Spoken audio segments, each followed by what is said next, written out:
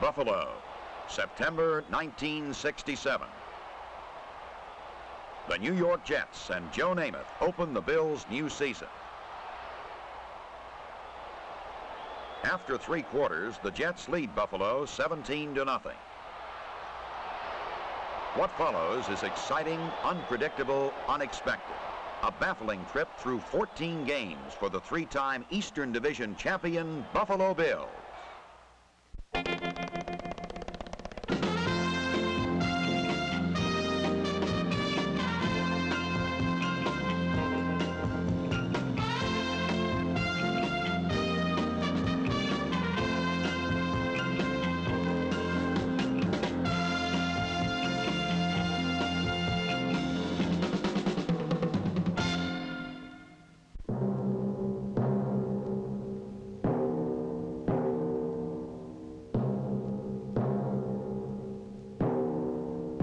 To be a winner, a professional football team must win consistently. In 1967, the Buffalo Bills could count only 4 victories after 3 championship years. Possibly the most thrilling victory develops with Buffalo trailing New York 17-0. The injury-riddled Bills rally behind quarterback Jack Kemp. It's the final period in the first game of the year. Kemp calls for the bomb to his new receiver, Art Powell. It's now 17-7. Jack Kemp's very next pass is again to Powell. 37 yards. It's now 17-14, and Bills fans are confident. To keep the rally alive, Buffalo must get a break or make one. Veteran guard Joe O'Donnell tells how the Bills make one. This is a punt by Paul McGuire, and Paul told us in the huddle before we started that he was going to kick for the left-hand corner. And the job of the offensive lineman, of course, is just to get down there as fast as we can and tackle the ball carrier. Well, John Pitts, playing on the outside for us, got down there very fast and touched the football on about the 1-yard line and then slid into the end zone. In my opinion, the ball was touched before John went in the end zone, and being a punt, as soon as that ball is touched by an offensive player, I think it's a dead ball. I could very well be wrong, but at that time I thought I was right, and I was going to let the official know that I thought I was right. Good job, Joe. You won the debate. The yellow stripe is the goal line. Tom Sestak and the Buffalo defense now must keep the Jets right there, pinned inside the 1. We filled the gaps on this particular situation because we knew that they was going to try to run anywhere from the center on out to the tackle. Snell ran up in the 2 hole, and there was a double team on between the center and the guard, and I just played my ground, and he ran right into my arms. And Joe figured he had to go back and pass. And we had good coverage on. Our defensive backs played their men real well, and they stopped the pass. And so that forced them into a 3rd down and 10 situation. In that situation, they had to run again in order to get a little punting room for their punter. But in this case, we stopped them again, and they had to go into the punting situation. Inches from disaster, the Jets punt from their end zone. The kick sets Buffalo's offense up with good field position.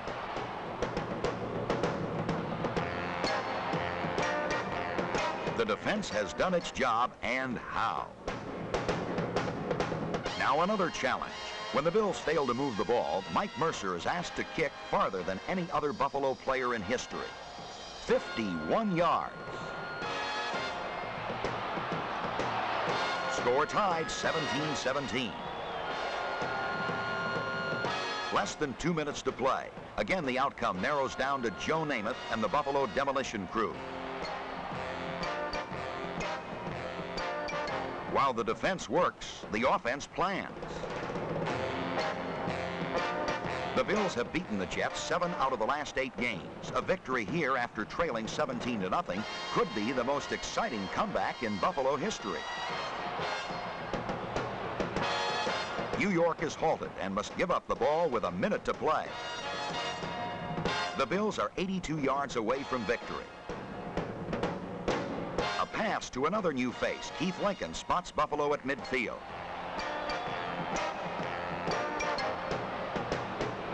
Time is the roadblock that could detour the Bills. Elbert DeBenion cuts to the sideline. Kemp hits him to stop the clock with 24 seconds to play. Crucial 3rd and 8. Tight end Paul Costa spots a weakness on his defender. So he was playing off me a little bit, looking for the bomb more or less, and I just kind of cut it short. And as soon as I turned around, the ball was there. I just jumped up and caught it. 9 seconds to play. Everything depends on a 43-yard field goal attempt by Mike Mercer.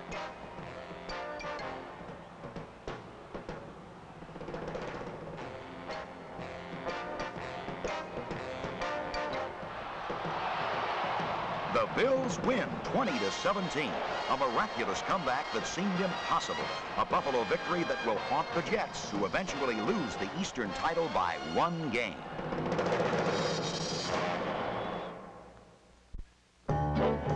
Following a victory over Denver, the Bills return to snowy War Memorial Stadium and the Miami Dolphins.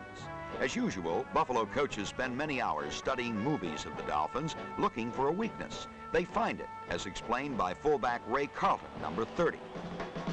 We had noticed in films of the previous week that their middle linebacker played a little bit further off the line than a linebacker normally does.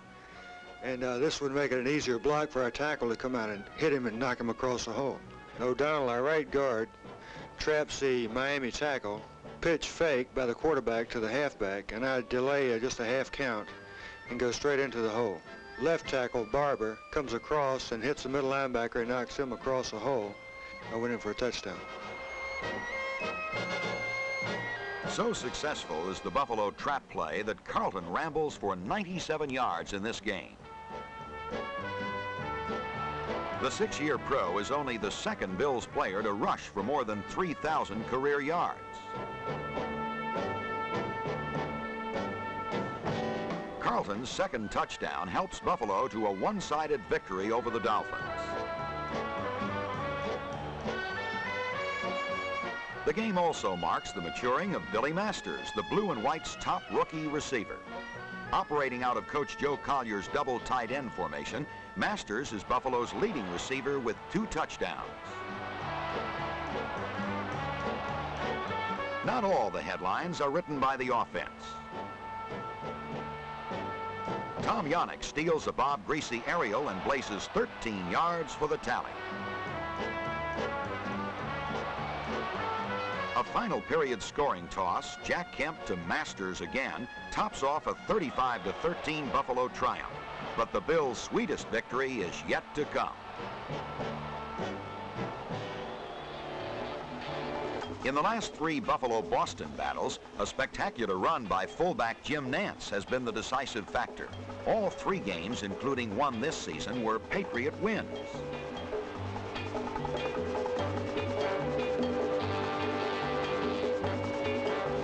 It's a problem Joe Collier must meet and master as the Bills travel to Boston late in 1967. It's a problem the Buffalo defense takes in stride.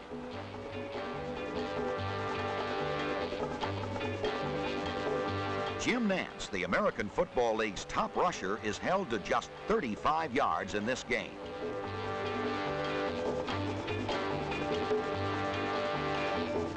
The Bills' defenders neutralize Boston's strength, the running of Nantz. On offense, Buffalo has not scored a touchdown on Boston in 2 games. But the first time they touched the football, Jack Kemp to Keith Lincoln, and a jinx is broken.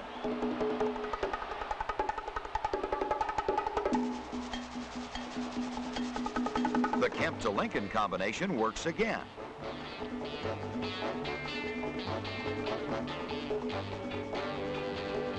Lincoln, avoiding major injury, is Buffalo's top runner and pass receiver for 1967.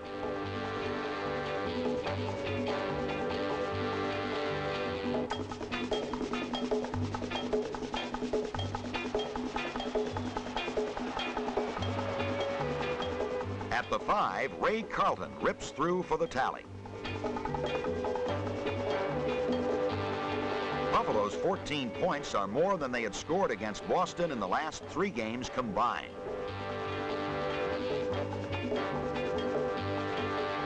Until the final minute of play, Buffalo defenders pick off more Boston passes than the Patriots themselves. Tom Yannick swipes 3, giving him 10 for the season, tying the club record. Boston quarterback Don Truel is dazed, but his luck doesn't improve. What starts out a screen to Jim Nantz ends up a 55-yard touchdown run by Buffalo's Marty Schottenheimer. The Bills roll up their highest total of the season, 44 points. Since arch-rival Boston is the victim, the fruits of victory taste a little sweeter. The players enjoy the memory. Boston being a rival let us get up very easily for that game. And between the natural rivalry and the frustrations we've been suffering all season, just so happened that we exploded and had a very satisfying victory against a team that is very satisfying to defeat. I think that the fellows did want to appease himself from getting shut out the first game with Boston during the season. Well, Boston being more or less a natural rival, we always want to beat them, and the fact that they gave us such a good whopping earlier in the season just made it all the more so. We enjoy beating Boston as much as any other team in the league.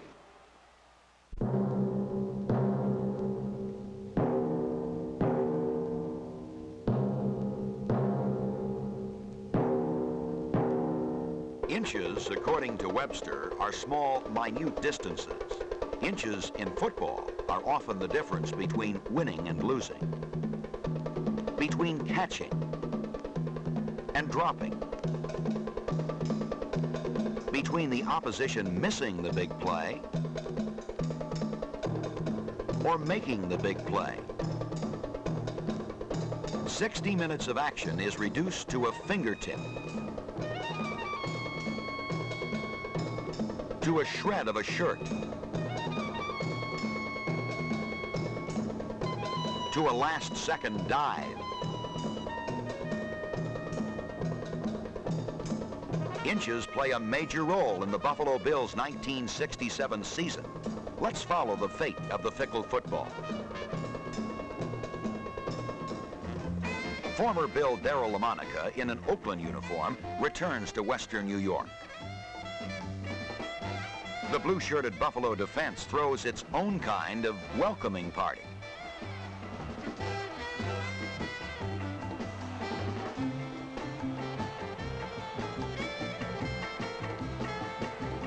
The Bills pick off 4 LaMonica passes.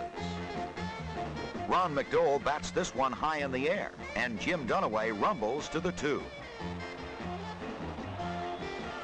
The power and drive of Keith Lincoln result in a 6-pointer.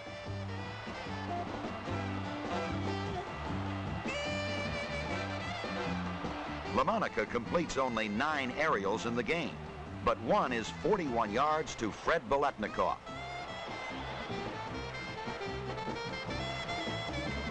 The contest is nip and tuck all the way.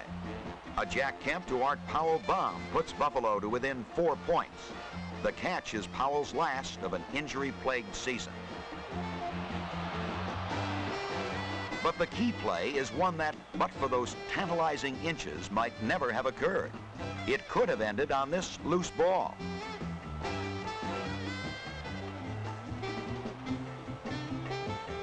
On this near tackle.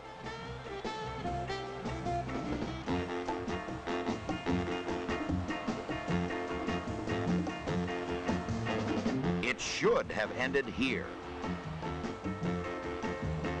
But the off-balance pass finds the wrong destination. Dan Connors races 30 yards.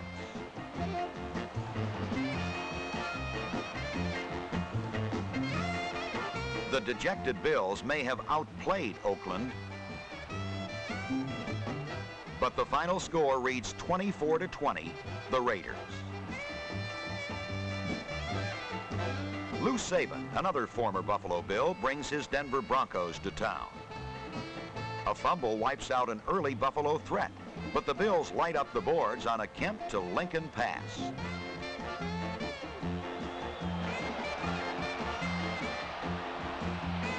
Two Steve Tenzie to Al Denson aerials within 30 seconds lift Denver to a 21-7 halftime advantage. Then the Bills stage a gritty comeback. A touchdown and 2 field goals narrow the Broncos' lead to 1 point. As darkness invades War Memorial Stadium, the Bills have one last chance to pull victory from defeat.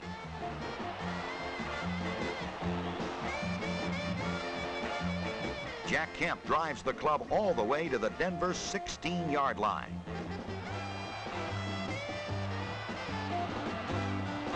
"19 seconds to play. A 24-yard field goal will win it for the Bills. But those frustrating inches again haunt Joe Collier's team. Another look shows how the kick slices off to the right. And the Bills fall by a single point. The passingest team in the AFL, the New York Jets, are determined to reverse an opening day loss to Buffalo. Joe Namath explodes early.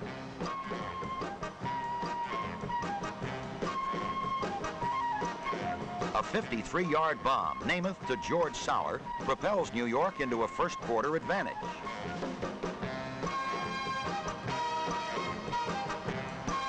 Then the Buffalo defense ignites an explosion of its own.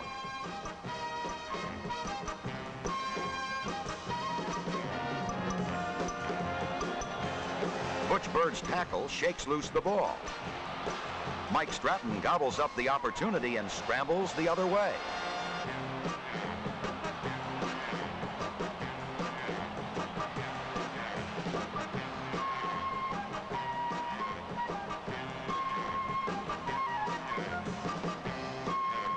Later, Jack Kemp hurls a picture-perfect pass to Paul Costa at the Jet 2.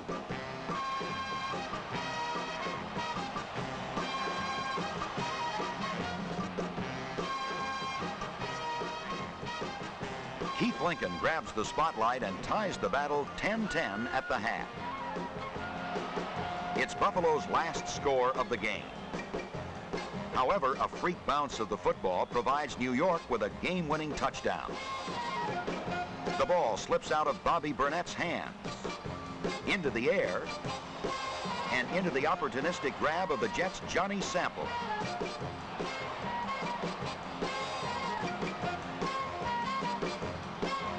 It's all New York needs to tumble Buffalo 20-10.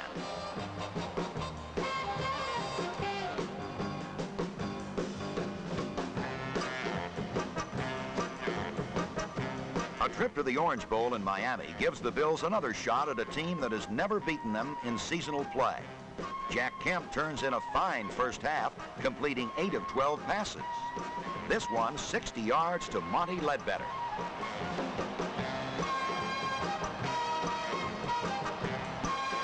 But trouble visits number 15 in the second half.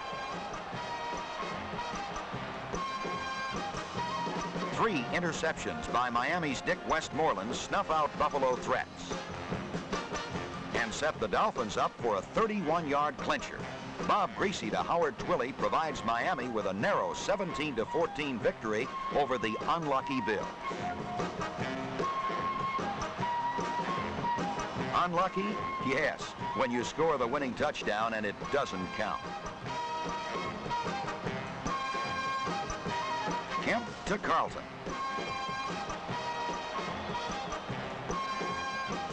One official says yes.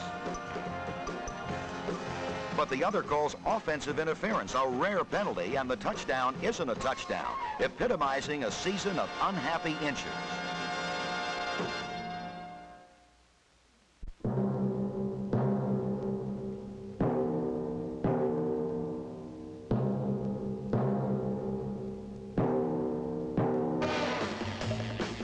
It all started before the first touchdown was scored.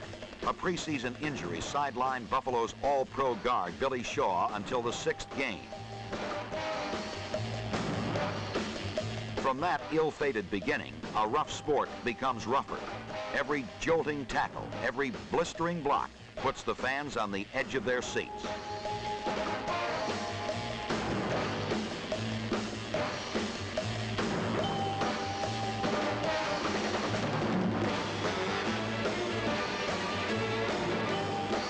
But football is a battle of strength and stamina, where small aches and pains go unnoticed and big ones put you on the sideline. A broken collarbone ends linebacker Harry Jacobs' finest year at mid-season, and Harry knows how the Bills react to all the injuries. When it first starts out, I don't believe it bothers anybody, but when it happens as it did with the Buffalo Bills this year, it's got to bother the fellows mentally. I think we had something like 24 players miss at least one ball game this year.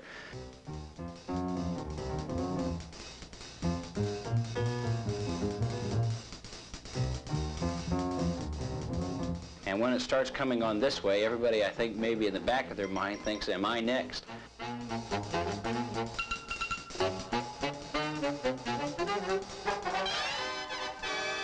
In Bobby Burnett's case,